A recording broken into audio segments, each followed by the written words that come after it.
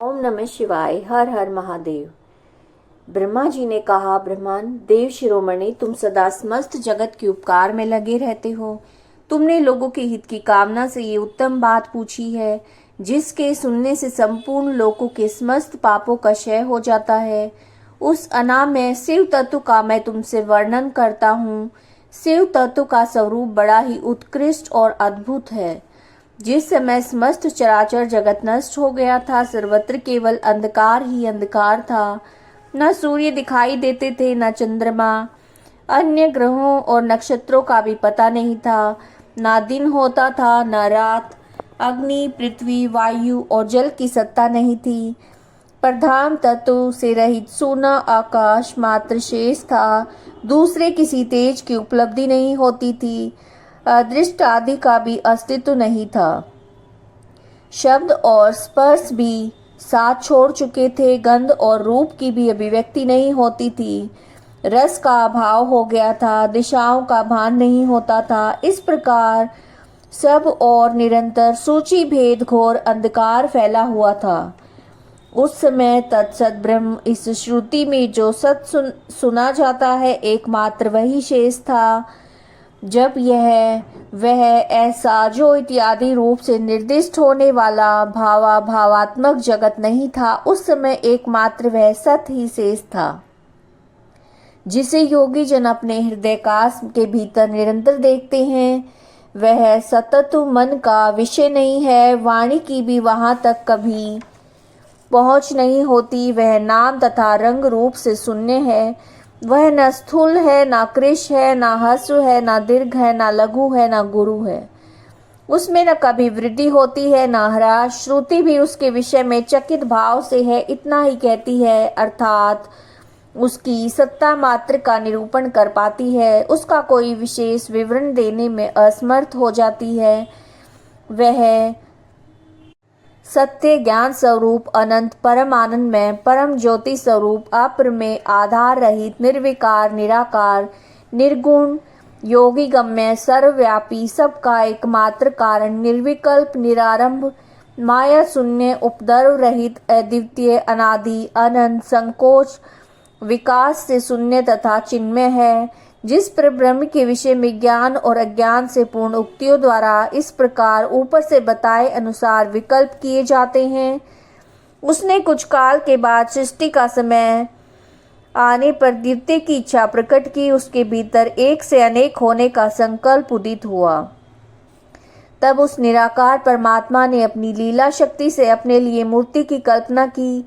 वह मूर्ति संपूर्ण ऐश्वर्य गुणों से संपन्न, सर्व ज्ञानमयी, शुभ स्वरूपा, सर्वव्यापिनी, सर्वरूपा, सर्वदर्शिनी, सर्वकारिणी, सबकी एकमात्र वंदनीय, सर्वाध्या, सब कुछ देने वाली और संपूर्ण संस्कृतियों का केंद्र थी। उस शुद्ध रूपिणी ईश्वर मूर्ति की कल्पना करके वो अद्वितीय, अनादि, अनंत, सर्व प्रकाशक, चिन्मय, सर्वव्यापी और अविनाशी पर ब्रह्म अंतर्हित हो गया, जो मूर्ति रहित परम ब्रह्म है। उसकी मूर्ति चिन्मय आकार भगवान सदाशिव हैं। अर्वाचीन और प्राचीन विद्वान उन्हीं को ईश्वर कहते हैं। उस समय एकाकी रहकर स्वेच्छानुसार विहार करने वाले उन सदाशिव ने अपने विग्रह से स्वयं ही एक स्वरूप भूता शक्ति की सृष्टि की, जो उनके अपने श्रीअंग से कभी अलग होने वाली नहीं थी। उस पराशक्ति को प्रधान, प्रकृति, गुणवती, माया, बुद्धि तत्व की जननी तथा विकार रहित बताया गया। वह शक्ति अंबिका कही गई है। उसी को प्रकृति, सर्वेश्वरी, त्रिदेव जननी, नित्या और मूल कारण में भी कहते हैं। सदाशिव द्वारा प्रकट की गई उस शक्ति के 8 भुजाएं हैं। उस शुभ लक्षणा देवी के मुख की शोभा विचित्र है। वह अकेली ही अपने मुखमंडल में सदा 1 सहस्त्र चंद्रमाओं की कांति धारण करती है। नाना प्रकार के आभूषण उसके श्रीअंगों की शोभा बढ़ाते हैं। वह नाना प्रकार की गतियों से संपन्न है और अनेक प्रकार के अस्त्र शस्त्र धारण करती है। उसके खुले हुए नेत्र खिले हुए कमल के समान जान पड़ते हैं। वह अचिंत्य तेज से जगमगाती है। वह सबकी योनि है तथा सदा उद्यमशील रहती है। एकाकिनी होने पर भी वह माया संयोग वसात अनेक हो जाती है। वे जो सदाशिव हैं उन्हें परम पुरुष ईश्वर शिव शंभु महेश्वर कहते हैं। वे अपने मस्तक पर आकाश गंगा को धारण करते हैं। उनके भाल देश में चंद्रमा शोभा पाते हैं और उनके 5 मुख हैं। प्रत्येक मुख में 3-3 नेत्र हैं। उनका चित्त सदा प्रसन्न रहता है। वे 10 भुजाओं से युक्त और त्रिशूलधारी हैं। उनके श्रीअंगों की प्रभा कपूर के समान श्वेत गौर है। वे अपने सारे अंगों में भस्म रमाए रहते हैं। उन काल रूपी ब्रह्म ने एक ही समय शक्ति के साथ शिवलोक नामक क्षेत्र का निर्माण किया। उस उत्तम क्षेत्र को काशी कहते हैं। वह परम निर्वाण या मोक्ष का स्थान है जो सबके ऊपर विराजमान है। वे प्रिया प्रियतम रूप शक्ति और शिव जो परमानंद स्वरूप है उस मनोरम क्षेत्र में नित्य निवास करते हैं। काशीपुरी परमानंद रूपिणी है। मुने शिव और शिवा ने प्रलय काल में भी कभी उस क्षेत्र को अपने सानिध्य से मुक्त नहीं किया। इसलिए विद्वान पुरुष उसे अविमुक्त क्षेत्र के नाम से भी जानते हैं। वह क्षेत्र आनंद का हेतु है। इसलिए पिनाकधारी शिव ने पहले उसका नाम आनंद वन रखा था। उसके बाद वह अविमुक्त के नाम से प्रसिद्ध हुआ। देव ऋषि एक समय उस आनंद वन में रमण करते हुए शिवा और शिव के मन में ये इच्छा हुई कि किसी दूसरे पुरुष की भी सृष्टि करनी चाहिए जिस पर सृष्टि संचालन का महान भार रखकर हम दोनों केवल काशी में रहकर इच्छा अनुसार विचरे और निर्वाण धारण करें। वही पुरुष हमारे अनुग्रह से सदा सबकी सृष्टि करे, पालन करे और वही अंत में सबका संहार भी करे। यह चित्त एक समुद्र के समान है। इसमें चिंता की उताल तरंगे उठ उठकर इसे चंचल बनाए रहती हैं। इसमें सत्वगुण रूपी रतन, तमोगुण रूपी ग्रह और रजोगुण रूपी मूंगे भरे हुए हैं। इस विशाल चित्त समुद्र को संकुचित करके हम दोनों उस पुरुष के प्रसाद से आनंद कानन काशी में सुखपूर्वक निवास करें। ये आनंद वन वह स्थान है जहाँ हमारी मनोवृत्ति सब ओर से सिमट कर इसी में लगी हुई है। जिसके बाहर का जगत चिंता से आतुर प्रतीत होता है। ऐसा निश्चय करके शक्ति सहित सर्वव्यापी परमेश्वर शिव ने अपने वाम भाग के 10वें अंग पर अमृत मल दिया। फिर तो वहां से एक पुरुष प्रकट हुआ जो तीनों लोकों में सबसे अधिक सुंदर था। वो शांत था, उसमें सत्वगुण की अधिकता थी तथा गंभीरता का अथाह सागर था। मुने क्षमा नामक गुण से युक्त उस पुरुष के लिए ढूंढने पर भी कहीं कोई उपमा नहीं मिलती। उसकी कांति इंद्र नील मणि के समान शांत थी। उसके अंग अंग से दिव्य शोभा छिटक रही थी और नेत्र पर फूल कमल के समान शोभा पा रहे थे।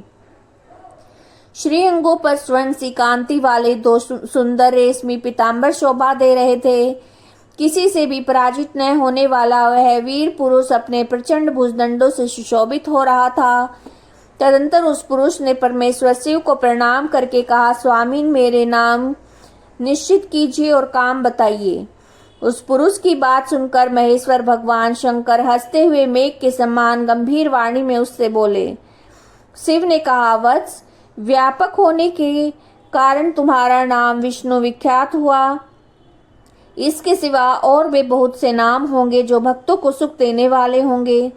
तुम सुस्थिर उत्तम तप करो क्योंकि वही समस्त कार्यों का साधन है। ऐसा कहकर भगवान शिव ने श्वास मार्ग से श्री विष्णु को वेदों का ज्ञान प्रदान किया। तदंतर अपनी महिमा से कभी च्युत न होने वाले श्री हरि शिव को प्रणाम करके बड़ी भारी तपस्या करने लगे और शक्ति सहित परमेश्वर शिव भी पार्षद गणों के साथ वहां से अदृश्य हो गए। भगवान विष्णु ने सुदीर्घ काल तक बड़ी कठोर तपस्या की। तपस्या की परिश्रम से युक्त भगवान विष्णु के अंगों से नाना प्रकार की जल धाराएं निकलने लगी। ये सब भगवान शिव की माया से संभव हुआ। महामुने उस जल से सारा सूना आकाश व्याप्त हो गया। वह ब्रह्म रूप जल अपने स्पर्श मात्र से सब पापों का नाश करने वाला सिद्ध हुआ। उस समय थके हुए परम पुरुष विष्णु ने स्वयं उस जल में शयन किया। वे दीर्घ काल तक बड़ी प्रसन्नता के साथ उसमें रहे। नार अर्थात जल में शयन करने के कारण ही उनका नारायण यह श्रुति सम्मत नाम प्रसिद्ध हुआ। उस समय उन परम पुरुष नारायण के सिवा दूसरी कोई प्राकृत वस्तु नहीं थी। उसके बाद उन महात्मा नारायण देव से यथा समय सभी तत्व प्रकट हुए। महामते विद्वन, मैं उन तत्वों की उत्पत्ति का प्रकार बता रहा हूँ, सुनो।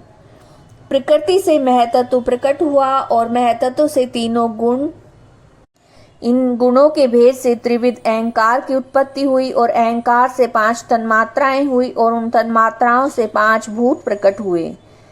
उसी समय ज्ञानेंद्रियों और कर्मेंद्रियों का भी प्रादुर्भाव हुआ। मुनि श्रेष्ठ, इस प्रकार मैंने तुम्हें तत्वों की संख्या बताई है। इनमें पुरुष को छोड़कर से सारे तत्व प्रकृति से प्रकट हुए हैं, इसलिए सब के सब जड़ हैं। तत्वों की संख्या 24 है। उस समय एकाकार हुए 24 तत्वों को ग्रहण करके वे परम पुरुष नारायण भगवान शिव की इच्छा से ब्रह्म रूप जल में सो गए। ब्रह्मा जी कहते हैं, देव ऋषि जब नारायण देव जल में शयन करने लगे, उस समय उनकी नाभि से भगवान शंकर की इच्छा वश ऐसा एक उत्तम कमल प्रकट हुआ जो बहुत बड़ा था। उसमें असंख्य नाल दंड थे। उसकी कांति कनेर के फूल के समान पीले रंग की थी। उसकी लंबाई और ऊंचाई अनंत योजन थी। वह कमल करोड़ों सूर्यों के समान प्रकाशित हो रहा था। सुंदर होने के साथ ही संपूर्ण तत्वों से युक्त और अत्यंत अद्भुत, परम रमणीय, दर्शन के योग्य और सबसे उत्तम था। तत्पश्चात कल्याणकारी परमेश्वर शाम सदाशिव ने पूर्ववत प्रयत्न करके मुझे अपने दाहिने अंग से उत्पन्न किया। मुने उन महेश्वर ने मुझे तुरंत ही अपनी माया से मोहित करके नारायण देव के नाभि कमल में डाल दिया। लीला पूर्वक मुझे वहां से प्रकट किया। इस प्रकार उस कमल के पुत्र के रूप में मुझ हिरण्य गर्भ का जन्म हुआ। मेरे 4 मुख हुए और शरीर की कांति लाल हुई। मेरे मस्तक त्रिपुंड की रेखा से अंकित थे। तात भगवान शिव की माया से मोहित होने के कारण मेरी ज्ञान शक्ति इतनी दुर्बल हो रही थी कि मैंने कमल के सिवा दूसरे किसी को अपने शरीर का जनक या पिता नहीं जाना। मैं कौन हूँ और कहाँ से आया हूँ, मेरा कार्य क्या है, मैं किसका पुत्र होकर उत्पन्न हुआ हूँ, किसने इस समय मेरा निर्माण किया। इस प्रकार संशय में पड़े हुए मेरे मन में विचार उत्पन्न हुआ। मैं किस लिए मोह में पड़ा हुआ हूँ। जिसने मुझे उत्पन्न किया है उसका पता लगाना तो बहुत सरल है। इस कमल पुष्प का जो पत्र युक्त नाल है, उसका उद्गम स्थान इस जल के भीतर नीचे की ओर है। जिसने मुझे उत्पन्न किया वो पुरुष भी वही होगा, जिसमें इसमें संशय नहीं है। ऐसा निश्चय करके मैंने अपने को कमल के नीचे उतारा। मुने, मैं उस कमल की एक एक नाल में गया। सैकड़ों वर्षों तक वहां भ्रमण करता रहा, किंतु कहीं भी उस कमल के उद्गम का उत्तम स्थान मुझे नहीं मिला। तब पुनः संशय में पड़कर मैं कमल पुष्प पर जाने को उत्सुक हुआ और नाल के मार्ग से कमल पर चढ़ने लगा। इस तरह बहुत ऊपर जाने पर भी मैं उस कमल के कोष को न पा सका। उस दशा में मैं और भी मोहित हो उठा। मुने, उस समय भगवान शिव की इच्छा से परम मंगलमयी उत्तम आकाशवाणी प्रकट हुई जो मेरे मोह का विध्वंस करने वाली थी। उस वाणी ने कहा, तब तपस्या करो। उस आकाशवाणी को सुनकर मैंने अपने जन्मदाता पिता का दर्शन करने के लिए उस समय पुनः प्रयत्न पूर्वक 12 वर्षों तक घोर तपस्या की। तब मुझ पर अनुग्रह करने के लिए 4 भुजाओं और सुंदर नेत्रों से सुशोभित भगवान विष्णु वहां सहसा प्रकट हो गए। उन परम पुरुष ने अपने हाथों में शंख, चक्र, गदा, पद्य धारण कर रखे थे। सारे अंग सजल जलधर के समान श्याम कांति से सुशोभित थे। उन परम प्रभु ने सुंदर पीतांबर पहन रखा था। उनके मस्तक आदि अंगों में मुकुट आदि महामूल्यवान आभूषण शोभा पाते थे। उनका मुखारविंद प्रसन्नता से खिला हुआ था। मैं उनकी छवि पर मोहित हो रहा था। वे मुझे करोड़ों कामदेवों के समान मनोहर दिखाई दिए। उनका वह अत्यंत सुंदर रूप देखकर मुझे बड़ा आश्चर्य हुआ। वे सांवली और सुनहरी आभा से उद्भासित हो रहे थे। उस समय सत सत्व स्वरूप सर्वात्मा 4 भुजा धारण करने वाले महाबाहु नारायण देव को वहां उस रूप में अपने साथ देखकर मुझे बड़ा हर्ष हुआ। तदंतर उन नारायण देव के साथ मेरी बातचीत आरंभ हुई। भगवान शिव की लीला से हम दोनों में कुछ विवाद छिड़ गया। इसी समय हम लोगों के बीच में एक महान अग्नि स्तंभ ज्योतिर्मय लिंग प्रकट हुआ। मैंने और श्री विष्णु ने क्रमश ऊपर और नीचे जाकर उसके आदि और अंत का पता लगाने का बड़ा प्रयत्न किया, किंतु हमें कहीं भी उसका छोर नहीं मिला। मैं थक कर ऊपर से नीचे लौट आया और भगवान विष्णु भी उसी तरह नीचे से ऊपर की ओर आकर मुझसे मिले। हम दोनों शिव की माया से मोहित थे। श्री हरि ने मेरे साथ आगे पीछे और अगल बगल से परमेश्वर शिव को प्रणाम किया। फिर वे सोचने लगे, ये क्या वस्तु है, इसके स्वरूप का निर्देश नहीं किया जा सकता, क्योंकि न तो इसका कोई नाम है न कर्म है। लिंग रहित तत्व ही यहाँ लिंग भाव को प्राप्त हो गया है। ध्यान मार्ग में भी इसके स्वरूप का कुछ पता नहीं चलता। इसके बाद मैं और श्री हरि दोनों ने अपने चित्त को स्वस्थ करके उस अग्नि स्तंभ को प्रणाम करना आरंभ किया। हम दोनों बोले, महाप्रभु, हम आपके स्वरूप को नहीं जानते। आप जो कोई भी क्यों ना हो, आपको हमारा नमस्कार है। हे महेशान, आप शीघ्र ही हमें अपने यथार्थ रूप का दर्शन कराइए। मुनि श्रेष्ठ इस प्रकार अहंकार से आविष्ट हुए। हम दोनों ही वहां नमस्कार करने लगे। ऐसा करते हुए हमारे 100 वर्ष बीत गए। ये आप श्री शिव महापुराण की कथा सुन रहे थे। नित्य शिव कथाएं सुनने के लिए चैनल को सब्सक्राइब कीजिएगा और वीडियो ज़्यादा से ज़्यादा लोगों तक पहुंचे इसके लिए वीडियो को शेयर कीजिएगा, लाइक कीजिएगा, कमेंट कीजिएगा। हर हर महादेव।